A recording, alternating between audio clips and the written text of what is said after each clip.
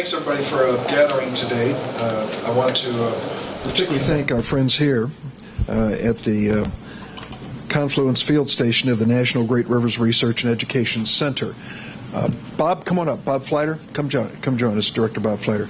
I am joined today by Congressman Jerry Costello, Congressman John Shimkus, Lieutenant Governor Sheila Simon, Director Bob Fleiter from the Illinois Department of Agriculture, Brent Nissen, Chairman of the River Industry Executive Task Force, General John Peabody of the Army Corps of Engineers, and Captain John Arenstam of the U.S. Coast Guard.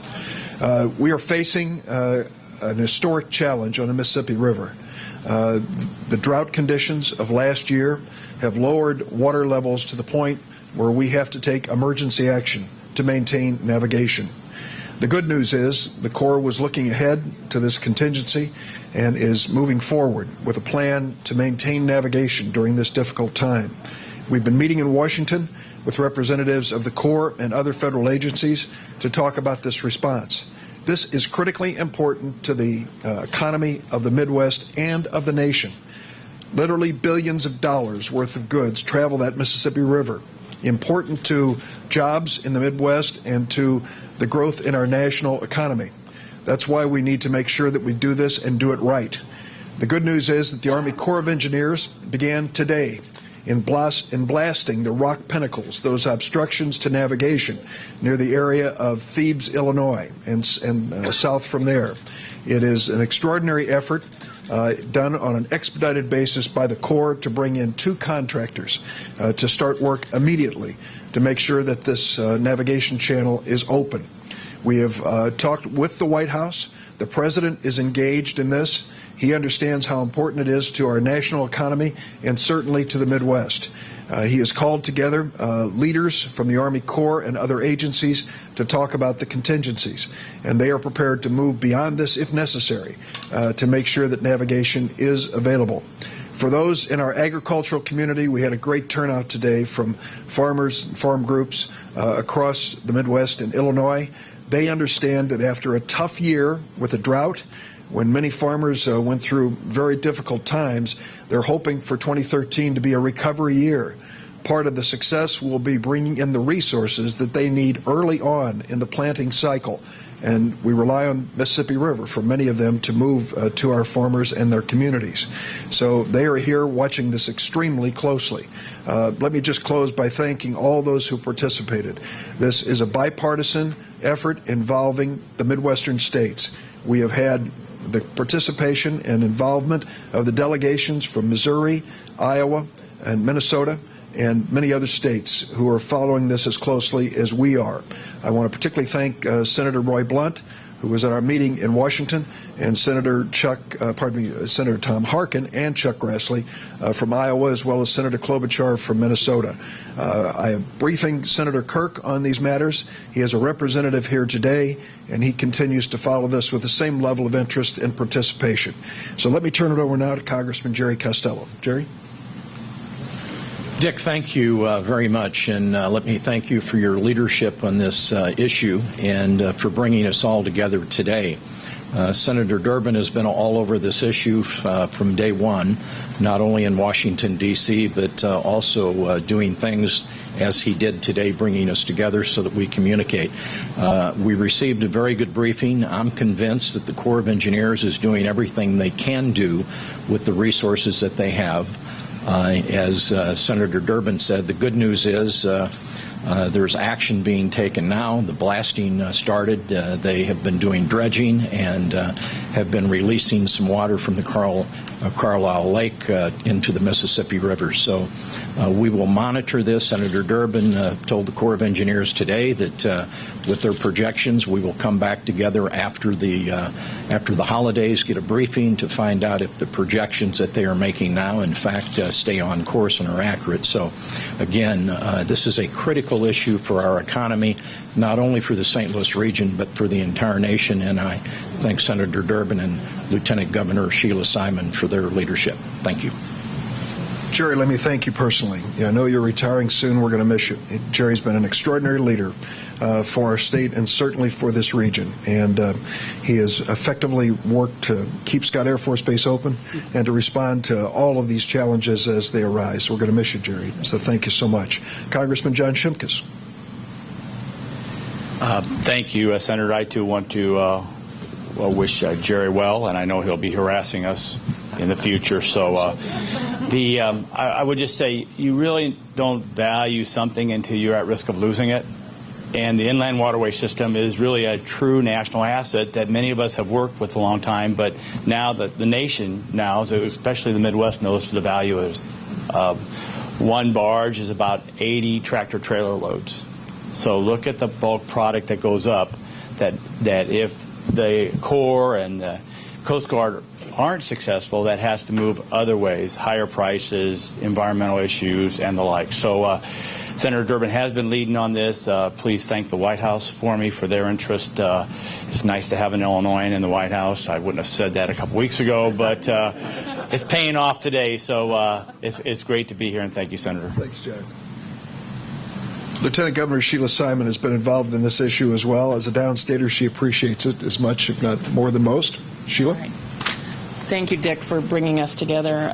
Thanks, everyone, Congressman, and particularly the Corps, for their really useful explanation of what's going on. I think being better informed reduces some of the fear just by itself, just by that information.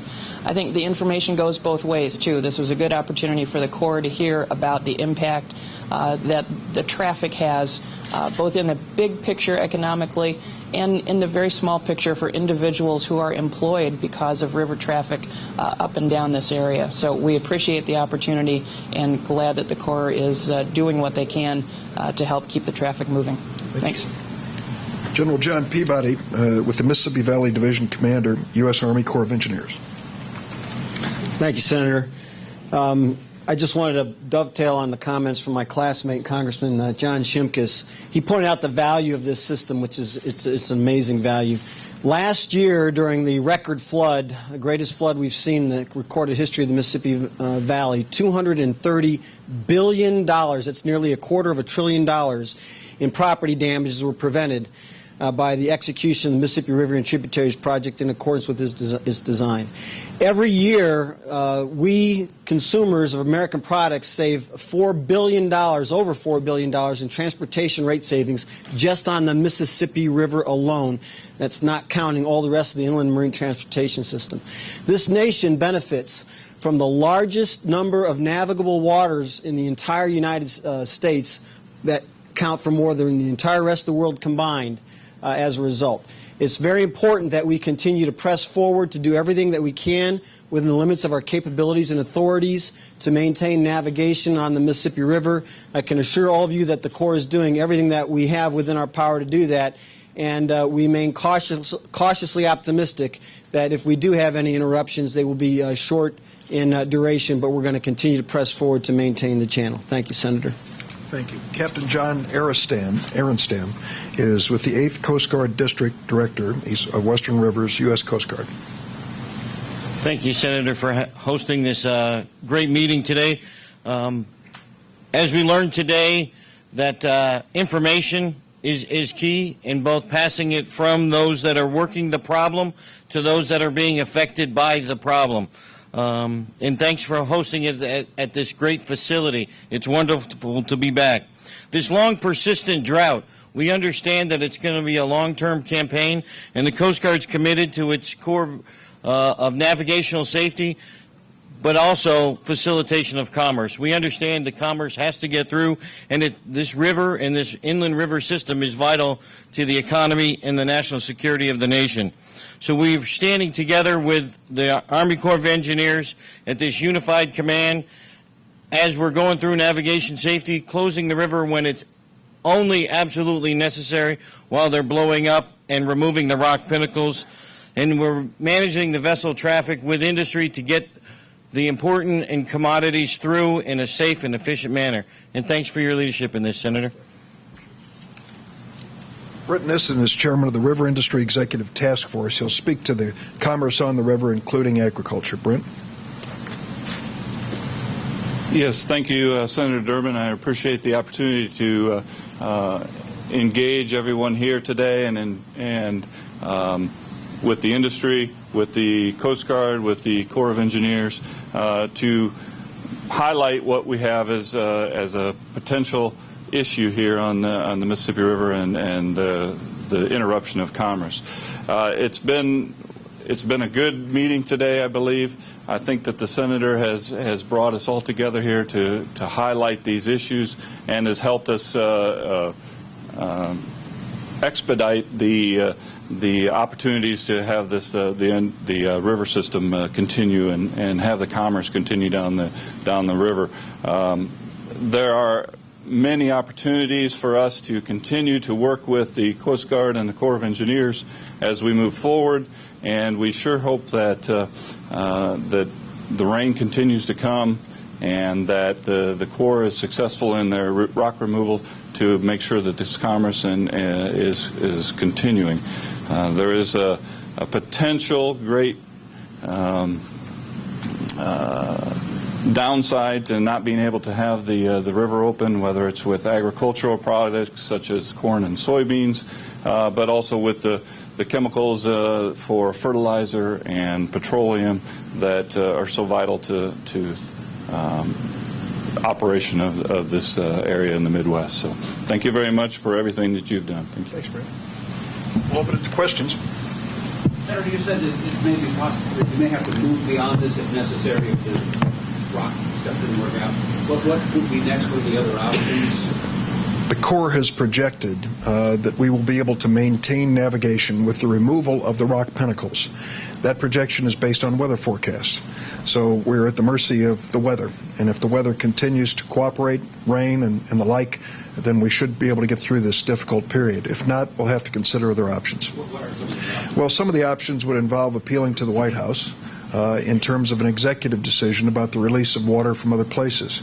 It gets very complex. It could involve battle in court before it's all over. I hope it doesn't. But those are some of the contingencies that we hope we don't have to go to. Do you have a feeling the President is willing to do that? I can tell you that the White House has told me on Friday every option is on the table.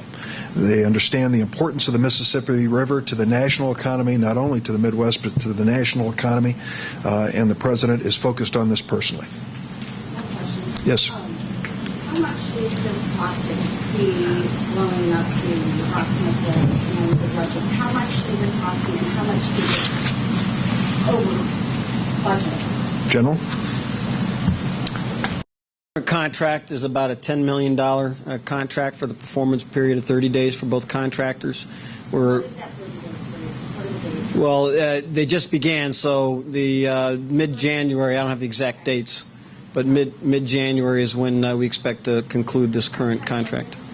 A little over $10 million. And then how much is that over your actual normal budget? We are reprogramming funds in order to execute this contract from other programs within our budget. What other? Where are you taking the funds? I can't address that specifically. I'm not sure. Thank you. Any other questions? Senator, you said before you don't want to characterize the situation as a water war.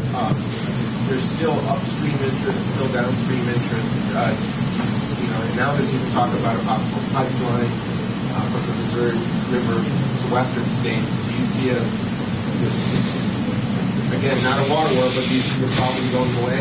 No. A week ago today, I was standing on the banks of Lake Michigan in Chicago. It is 2 inches above the recorded low depth in modern times, and it's a serious problem. And this is an issue we're going to continue to face. It represents, in my point of view, change in weather patterns, more extreme weather, and challenges that we might not have envisioned years ago. We have to take a look at this in the long term. And let me add, when it comes to cost, and it's a very important question, the cost of these disasters that we are facing, these extreme weather disasters, goes way beyond what we had anticipated. The average expenditure by the federal government for disasters each year is $11 billion, average, over the last 10 years. Hurricane Katrina, over $120 billion. This storm, Hurricane Sandy, Currently, it's $60 billion, likely to go to $80 billion. So from the budgetary viewpoint, these are challenges that play right into our current debate about the deficit. And from the viewpoint of resources, I can understand. If I were the governor of Montana or North Dakota and South Dakota, and folks downstream said, release your water, I'd say to them, I just went through a drought, and I owe it to my people to protect them. So when I talk about competition for limited resources and the battle we face, it's very real, and I don't think there are any easy answers available. I have one question. Would you specifically address this to global warming? To what? Global warming as Well, at the risk of getting into a very controversial issue, I believe the weather patterns are changing, and we should be mindful of that. And we have an obligation not only to people that we represent, but to future generations to think about where we are headed and the contingencies that we need to anticipate. The Army Corps has a 12-year drought contingency plan. They look forward to those possibilities.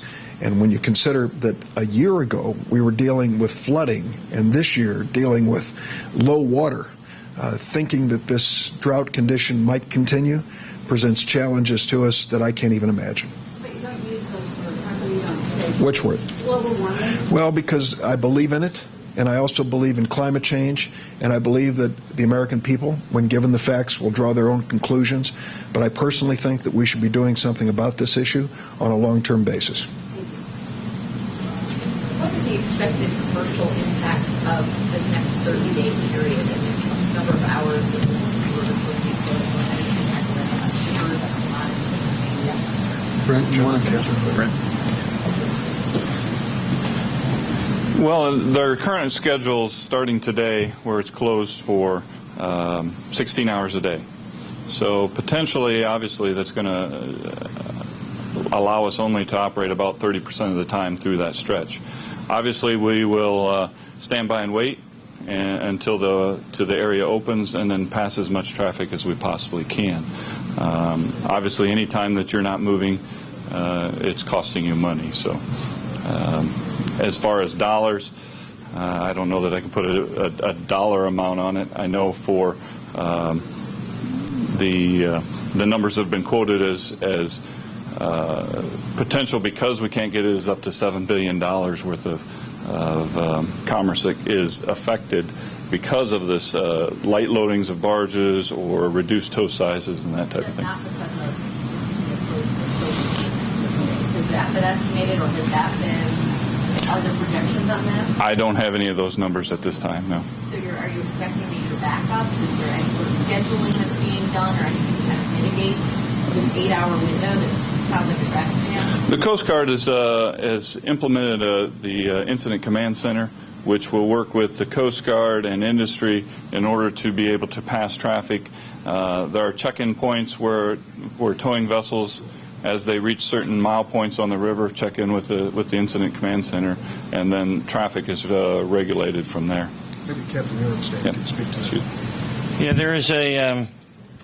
Unfortunately, it's a relatively common occurrence on the rivers to have a closure, not of this magnitude and in this size and of this scope.